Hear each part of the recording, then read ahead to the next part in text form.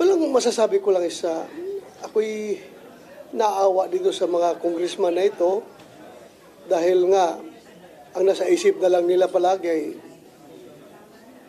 politika.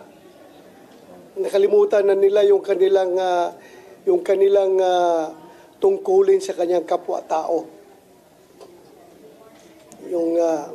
Hindi na lang nila kinukonsider kung bakit tayo nag-imbestiga.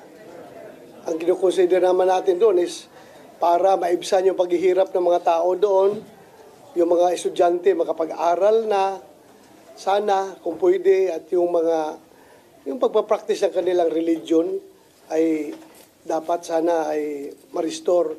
Yun naman ang ating habol doon. At saka normal yan, may namatay during their operation. So magkakantak tayo ng investigation. Yun naman lang ating habol.